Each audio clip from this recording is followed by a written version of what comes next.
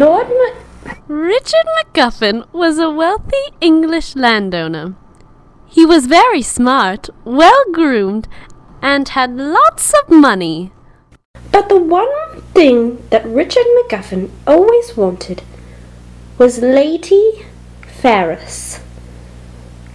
Yes, Lady Ferris was the beautiful, most pretty woman of all the world. Lady Ferris had everything every man desired, including Richard MacGuffin. He tried wooing her through flowers. But Lady Ferris did not want them. He tried through his smell, but once again, Lady Ferris did not want anything to do with him.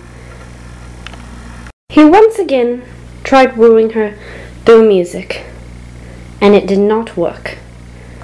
So, Richard MacGuffin came up with a plan. Richard MacGuffin did something kind of crazy. He decided to give Lady Ferris a ring.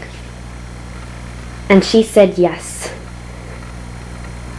Because all Lady Ferris wanted was someone